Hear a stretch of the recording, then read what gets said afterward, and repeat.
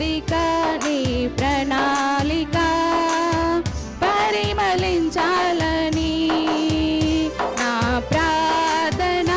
విజ్ఞాపన నిత్య మహిమలో నిలవాలని అక్షయుడా